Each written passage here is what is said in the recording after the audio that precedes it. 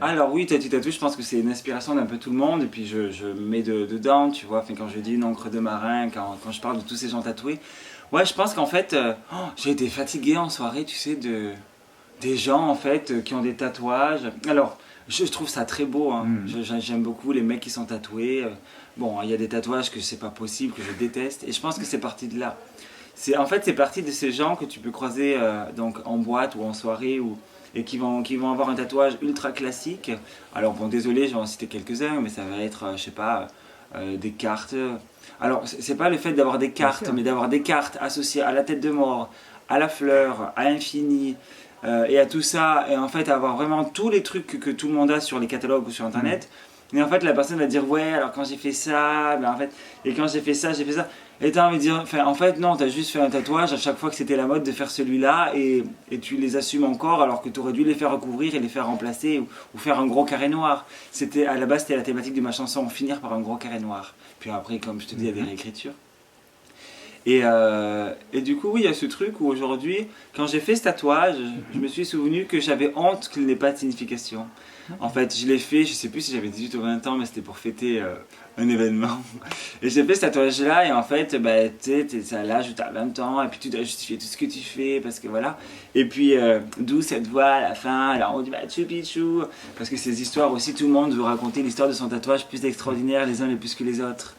Enfin, il y en a, la tatoueuse, elle avait 100 ans. Bon, c'est peut-être des amis qui m'ont raconté ces histoires, je sais plus qui, mais en tout cas, je les ai déjà entendues. Ou la tortue, justement, qui a été faite à Tahiti.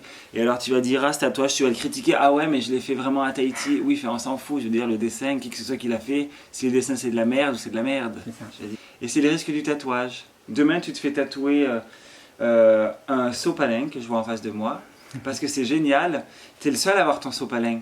Sauf que demain, tu as Rihanna qui se fait tatouer un sopalin, toute la France se fait tatouer un sopalin, et toi, tu vas passer ta vie à dire non, mais moi je l'ai fait avant Rihanna, et tu vas passer pour un plouc alors que ton histoire est vraie. Alors, moi je travaille avec un compositeur donc, qui s'appelle Jocelyn, de la team créative, enfin, et Guard aussi, mon producteur qui touche pas mal aussi. Et en fait, ça part d'inspiration. Donc je vais envoyer des musiques qui m'inspirent. Des fois, il me propose des musiques, mais sur cet album, il y en a une ou deux où on est parti sur leur prod, mais la plupart on les crée ensemble. Donc, enfin voilà, on travaille si on veut un côté, je sais pas, un côté un peu nuit, tati tatou. Je suis en train là, de réfléchir pour faire le clip, et j'imagine quelque chose de très dark. Et justement, je vais essayer peut-être de faire quelque chose de très lumineux. Et enfin, je sais pas, on verra. C'est ça qui est ce que j'aime bien dans ce projet, c'est que justement, je rentre pas dans une case où en fait on me dit. Ah ben tu sais le mec qui fait par exemple on m'a dit que ça faisait un peu Kenji, ma musique Petit Paquet. Et donc du coup mais il y a beaucoup de gens qui disent c'est un mélange entre Kenji, Maître Gims, Stromae, Dalida. Et en fait ce qui est rigolo c'est qu'il y a des personnes qui vont citer ces quatre artistes, et il y en a un qui va prendre, je sais pas, Dalida qui va en mettre trois autres, il y en a un qui va prendre Stromae qui va en mettre trois autres, un qui va mettre je sais pas, qui va peut-être dire Pierre Perret ou je ne sais qui, tu vois. Et c'est ça qui est chouette, c'est que c'est difficile des fois pour communiquer, pour les médias, justement, de ne pas pouvoir me mettre dans une case.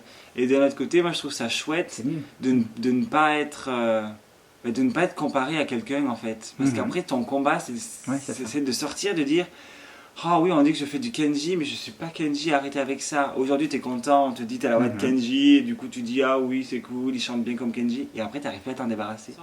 C'est rigolo, je pense que c'est une des chansons qui était les plus vieilles dans mon téléphone, qui est ressortie au bout d'un moment de l'album, pas en premier du tout. Parce que en fait, c'est une chanson que je faisais au ukulélé. Donc tu sais, je faisais dis-moi, enfin non, c'était genre, attends, comment elle commence déjà? Quand elle me glisse, voilà, et ça faisait genre quand elle me glisse entre les dents pour me donner son goût sucré. Et ça faisait un petit peu blague à la Georges Brassens ou à la Guédré. Et si tu veux, du coup, ben j'aimais bien l'écriture qu'il y avait eu, mais je la trouvais trop blague, trop potage, tu vois. Et c'est là, justement, on va revenir là-dessus, où avec Jocelyn, il s'est mis à la prod et il a fait une prod. Et j'ai fait, cette chanson, quand je l'ai chantée, c'est une des chansons qui m'a fait le plus. Je dis, ouais, jouir vraiment dans la manière de sortir des notes. Celle-là, je l'ai vraiment. Enfin, elle m'a envoûté, c'est assez étonnant.